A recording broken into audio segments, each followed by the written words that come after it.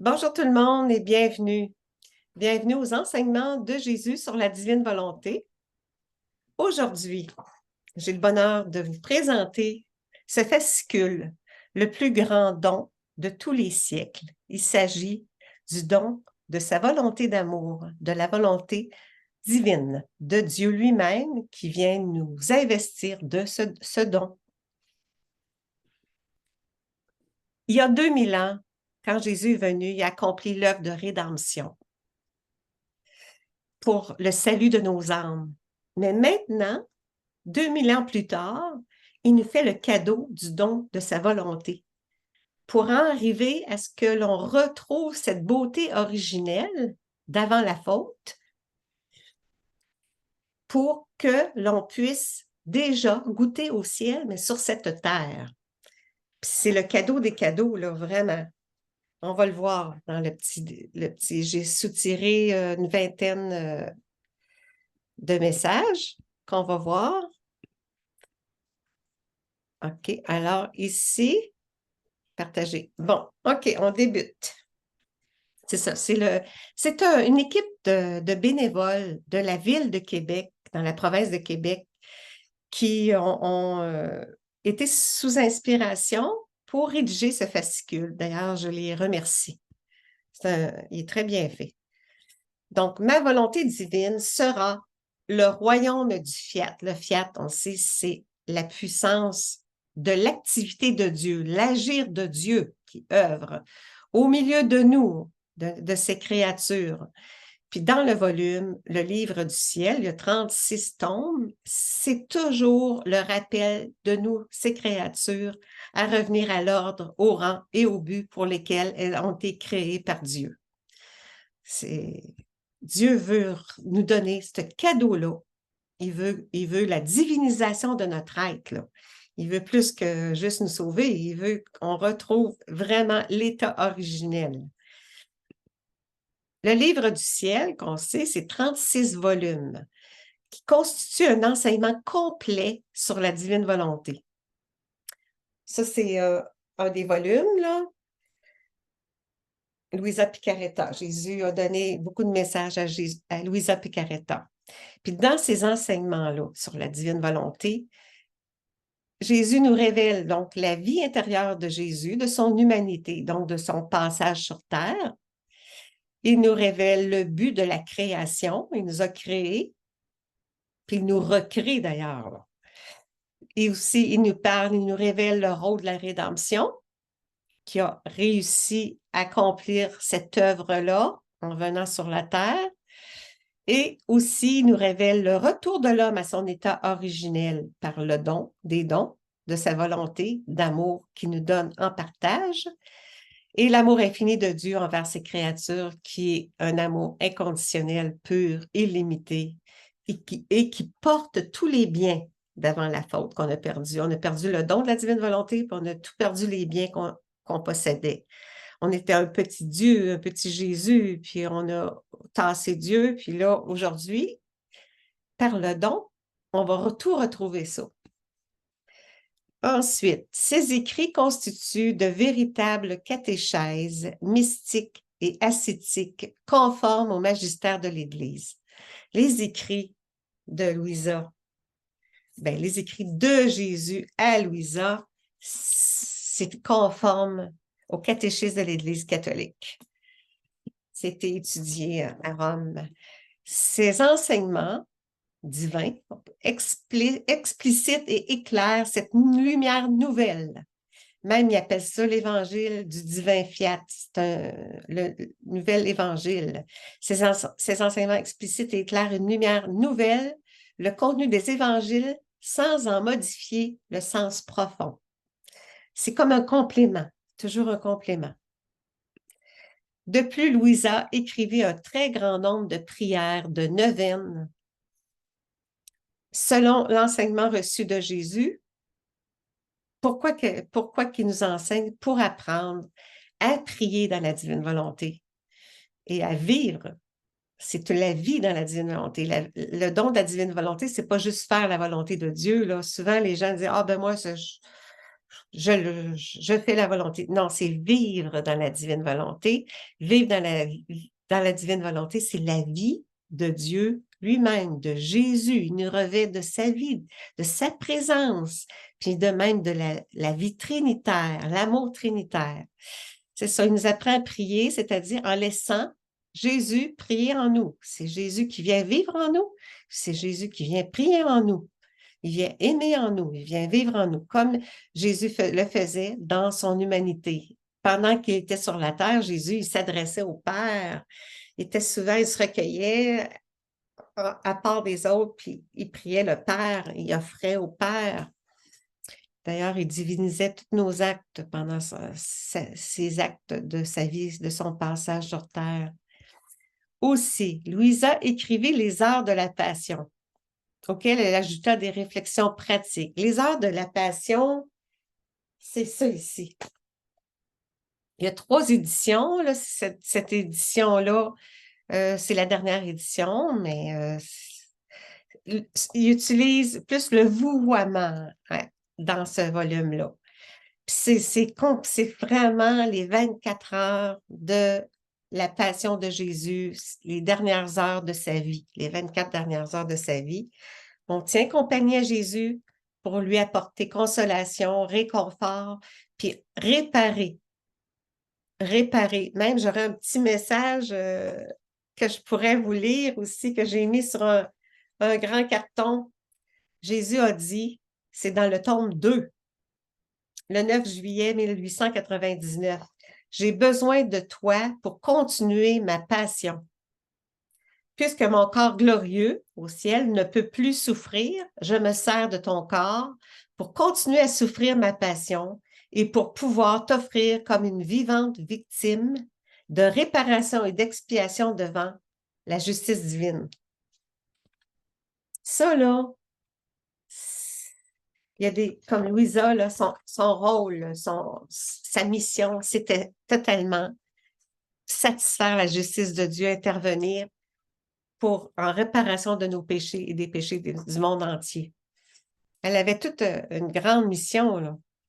Elle écrivit aussi 31 méditations pour le mois de mai, ayant pour titre « La Vierge Marie dans le royaume de la divine volonté ». C'est ça ici, ce beau petit livre-là. Donc, pendant tout le mois de mai, mais on n'est pas obligé de le faire juste au mois de mai, c'est Marie qui nous parle du royaume de Dieu. Parce que Dieu, il veut instaurer son royaume, son règne, déjà sur la terre, à travers nous tous qui lui disons notre oui à ce qu'il vienne régner, vivre en nous. C'est comme ça qu'on est recréé, on est divinisé, nos actes, puis notre être aussi. Ensuite, ici, Louisa écrivait également plusieurs lettres en correspondance avec des âmes pieuses qui profitèrent de ses conseils et de ses lumières qu'elle avait reçues de Jésus pour apprendre la façon de vivre et de prier dans la divine volonté. C'est avec sa volonté, on appelle sa volonté, on l'accueille. Seigneur, je t'appelle, j'appelle ta volonté, investis-moi, fais descendre ta volonté en la mienne, je la fusionne, on fusionne notre être avec celui de Jésus. Et au nom de tous, à ce moment-là, c'est une substitution divine. C'est Jésus qui vient en nous. Don de la divine volonté à Louisa. Louisa, là, elle avait 23 ans, puis elle a vécu le mariage mystique. Et 1 an plus tard, elle a eu le don de la divine volonté à l'âge de 24 ans. Puis le 8 septembre 1889, c'était une journée mémorable. 11 mois plus tard, après le mariage mystique a été renouvelé au ciel en présence de la très sainte Trinité. C'était puis un grand jour parce que c'est à cette occasion que Louisa a reçu pour la première fois le don de la divine volonté. Puis elle est dépositaire du don. Ça prenait un être humain qui pouvait être formé, transformé pour accueillir le don. Puis les portes du ciel se sont ouvertes pour que nous puissions l'avoir, ce don-là. Âme, aide-moi. Louisa a reçu cet appel de Jésus. Et elle nous raconte rapidement, là, elle dit, un jour, à peine âgée de 13 ans, Louisa travaillait chez elle tout en méditant intérieurement sur la passion de Jésus. Soudainement, elle devint oppressée et sortit sur le balcon au deuxième étage de la maison pour prendre un peu d'air. C'est alors qu'elle eut une première vision. En regardant en bas de la rue, elle vit une foule immense et au milieu de la foule, Jésus transportant péniblement sa croix. La foule le poussait et le maltraitait de tous côtés. Jésus aussi cherchait son souffle. Il avait le visage tout couvert de sang, dans une attitude qui faisait pitié de voir. Soudainement, Jésus la regarda et lui dit, « Âme, aide-moi. » C'est alors que l'âme de Louisa fut remplie de compassion pour Jésus. Elle revint à sa chambre et pleura abondamment.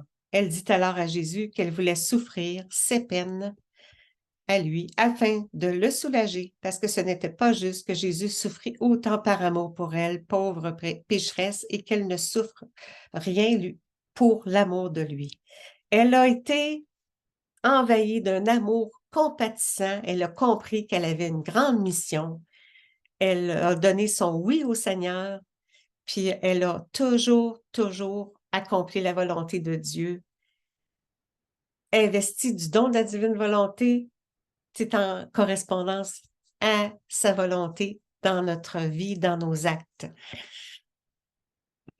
Oui, elle a eu le don de la divine volonté, puis nous aussi, là, on le demande. Viens avec moi, Jésus dit, viens avec moi et offre-toi à moi. Viens devant la justice divine, devant le trône de Dieu, là, comme victime de réparation pour les nombreux péchés commis contre elle, contre la justice divine, en sorte que mon Père, notre Père, Dieu le Père, puisse être apaisé et qu'il puisse accorder la conversion aux pécheurs. Ça, là, ça résume le message que j'ai lu tantôt. Elle a accepté le rôle, elle avait un rôle extrêmement important d'agir comme victime, âme victime, crucifiée, souffrir, mais l'offrande des souffrances unie à celle de Jésus, en offrant au Père, ça satisfait, ça l'apaise, ça désarme la justice de Dieu. Non seulement pour nos péchés, mais les péchés du monde entier. Elle a contribué à l'œuvre de la rédemption, là. Âme victime, oui. À 22 ans, Jésus lui dit, « Bien-aimée de mon cœur, Louisa, si tu acceptes de souffrir, non plus par intervalle comme le passé, mais continuellement, j'épargnerai l'humanité. Je te placerai entre ma justice et l'iniquité des humains.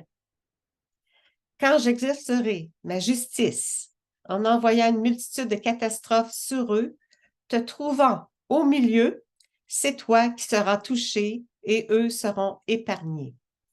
Autrement, je ne pourrais pas retenir le bras et la justice de Dieu plus longtemps. » On le sait, quand on lit les livres du ciel, combien de fois que Louisa a fait en sorte que, comme le choléra, l'épidémie a arrêté, les guerres, il y a des guerres qui ont arrêté, même une âme a été sauvée, elle a agi dans diverses situations. Jésus l'amenait, participait au crucifixion pour le salut des âmes. Jésus dit, ce don de la divine volonté ne s'oppose en rien aux saintes écritures, ni à l'évangile que j'ai annoncé lorsque j'étais sur terre. On peut l'appeler le soutien des deux. C'est un complément. On ne peut pas dire on met la Bible de côté. Non, c'est un complément. Ça ne s'oppose pas. C'est le soutien des deux. Ça l'aide à comprendre. La Bible aide à comprendre les écrits aident à comprendre la Bible. Alors, on est rendu à moitié à peu près. Jésus dit, « Pour ceux qui seront dans de bonnes dispositions, ces écrits seront une lumière qui les éclairera et une eau qui les désaltérera. Ils ne voudront plus jamais se détacher de ces canaux en raison du grand bienfait qu'ils en éprouveront et de la vie nouvelle qu'il jaillira en eux. C'est une vie nouvelle, une vie renouvelée, une vie comme on ne peut pas même s'imaginer. C'est une vie, on touche déjà au ciel sur cette terre. On vit des moments là où est-ce que, unis à Jésus, cœur à cœur, ça devient sa présence qui nous inonde de sa lumière, puis qui nous apporte de divins bienfaits.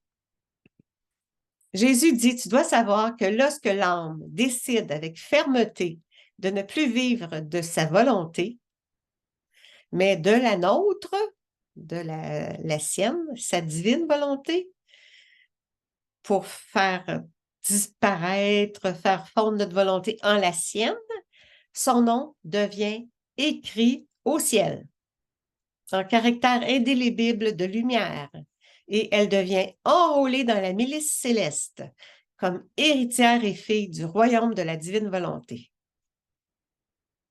C'est ce qui nous promet que notre nom, l'âme décide, là, c'est ça, avec fermeté. Il y a une décision. Puis moi, je renouvelle souvent ma décision. Seigneur, tu le sais, je lui parle, je lui dis, tu sais, Seigneur, je te redonne mon oui. Je te redonne mon oui à correspondre à ta volonté, à ce que ce soit ta volonté qui gouverne ma vie. Ta volonté a souveraineté dans ma vie. Même, je te donne ma vie, je te donne mes pensées, mes paroles, mes actes, je te donne mon esprit, mon cœur, mon corps. Je te donne tout ce que je suis et tout ce que je vis. Dieu, il dit, donne-moi tout, tout, tout. Je prends en main ta vie, je conduis, je la conduis, je te guide et aligné à ma volonté d'amour, qui est parfaite, qui est pure, pour une vie en totale correspondance, pour atteindre cette finalité de retrouver l'état originel d'avant la faute. C'est rien de moins. C'est énorme. Le don des dons, là, quand c'est intitulé le plus grand don, là, oui, c'est vrai que c'est le plus grand don. Jésus dit, tu ne peux pas me donner une plus grande gloire qu'en me demandant que ma volonté soit connue et qu'elle règne. Oui, Seigneur, je veux non seulement que ta volonté règne dans ma vie, dans mon quotidien, dans mes actes de tous les jours, à chaque instant de mon existence, mais Seigneur, au nom de tous, je te glorifie et au nom de tous, je te demande le don pour toutes ces âmes qui sont disposées. Oui, Seigneur, dépose ta volonté. Nous, on veut la faire connaître au plus grand nombre possible, afin qu'elle règne pour l'établir l'instauration du royaume de la divine volonté sur cette terre. Là. Puis ça ne prendra pas bien des années, là. Parce que Dieu, quand il décrète, il fait un décret divin, ben c'est immuable, puis ça s'accomplit, là. Oui, c'est ça. On a glorifié le premier devoir de la créature, c'est de le glorifier, le Créateur. C'est ça, avec le don de la divine volonté, on englobe toutes les âmes, passées, présentes et futures, on les fait nôtres. Et au nom de tous, Seigneur, avec ton amour divin que tu déposes en mon cœur, je te retourne de l'amour divin, le tien, au nom de tous. Tu sais, ces prières-là, ce sont des prières divinisées parce que Dieu se crée dans l'acte. Dieu se crée dans la prière. C'est plus une prière humainement faite, c'est une prière divinement faite. Ça fait toute la différence parce qu'il y a des vies divines qui se forment, qui se diffusent, des vies divines de sainteté, de miséricorde, de sagesse, des vies divines qui se multiplient même à l'infini et qui se forment autant sur la terre qu'au ciel. Les saints en bénéficient, les âmes du purgatoire en bénéficient. On poursuit. Jésus dit, ce que je vous dis dans ma volonté, c'est l'exécution d'un décret fait de toute éternité. Le décret divin, dans la stabilité de notre très sainte Trinité. La Trinité, quand elle décrète quelque chose, ça s'accomplit. À savoir que notre volonté doit avoir son royaume sur la terre. Nos décrets sont infaillibles.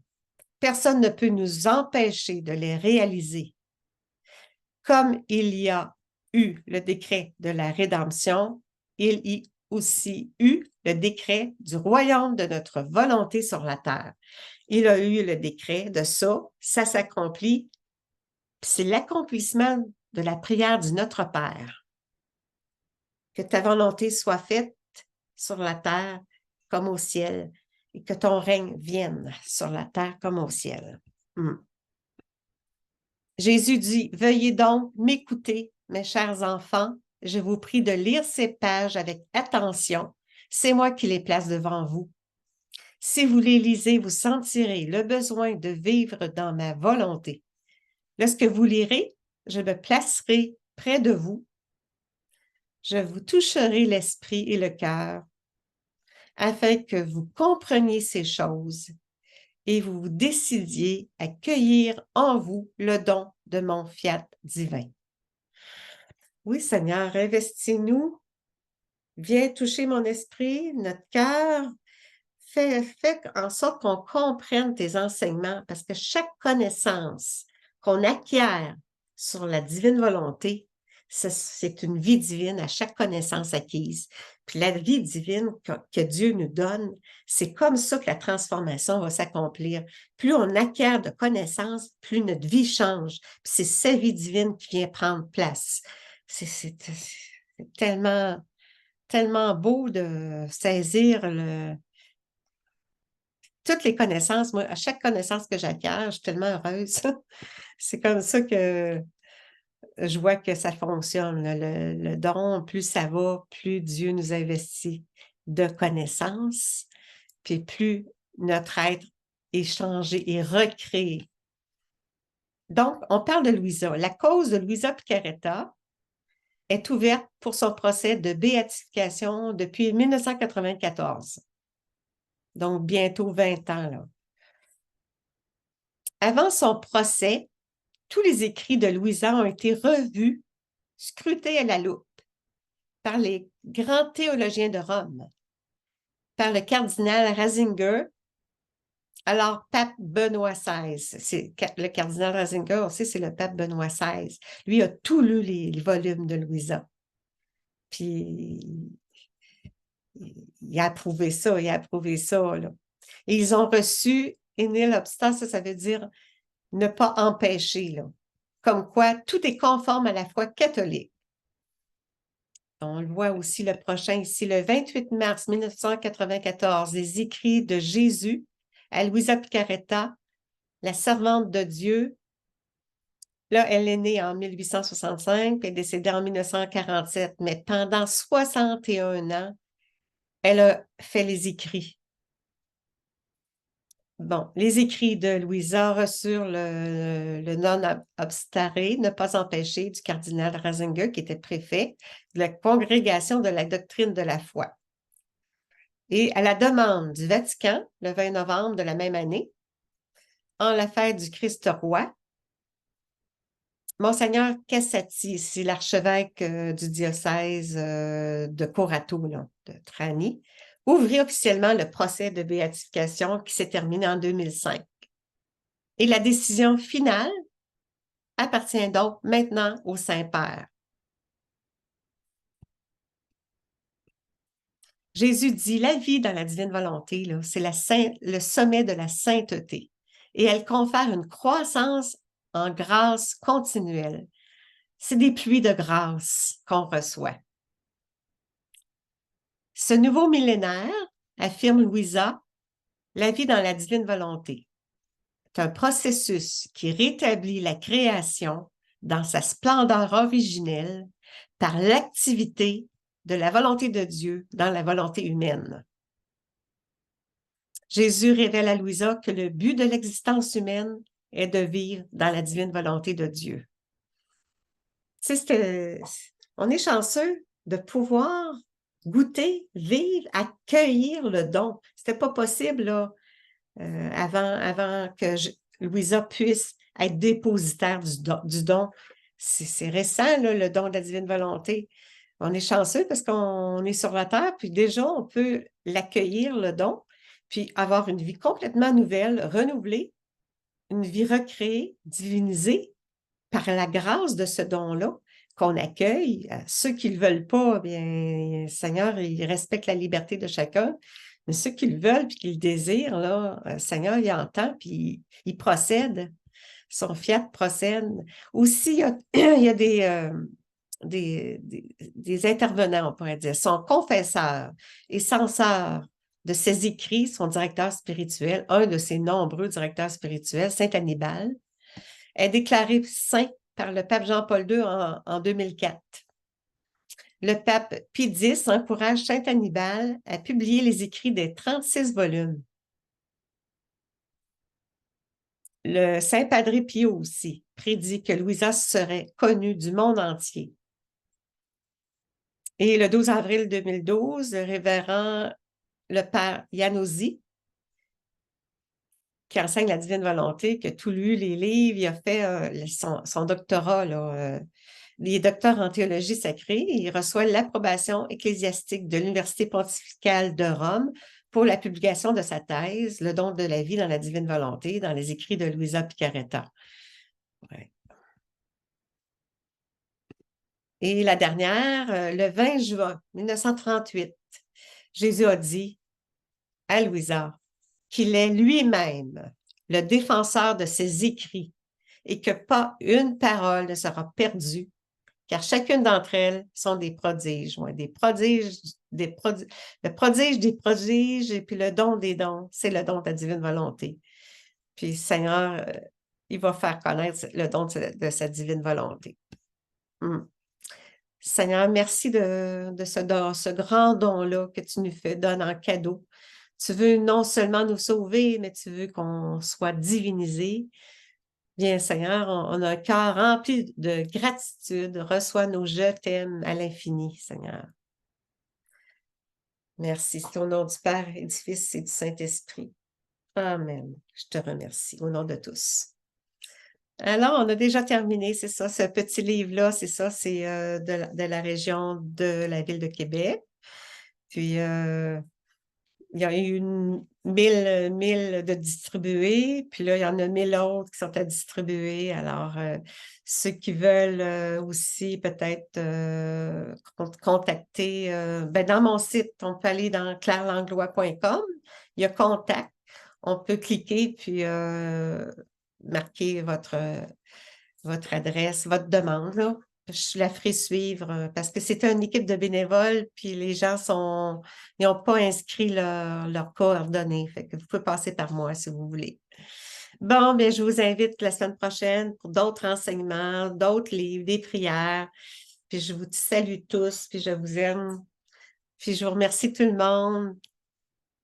À la semaine prochaine. Bye bye. Bye bye. À la semaine Soyez bénis, tout le prochaine. monde. Bye bye. Soyez bénis.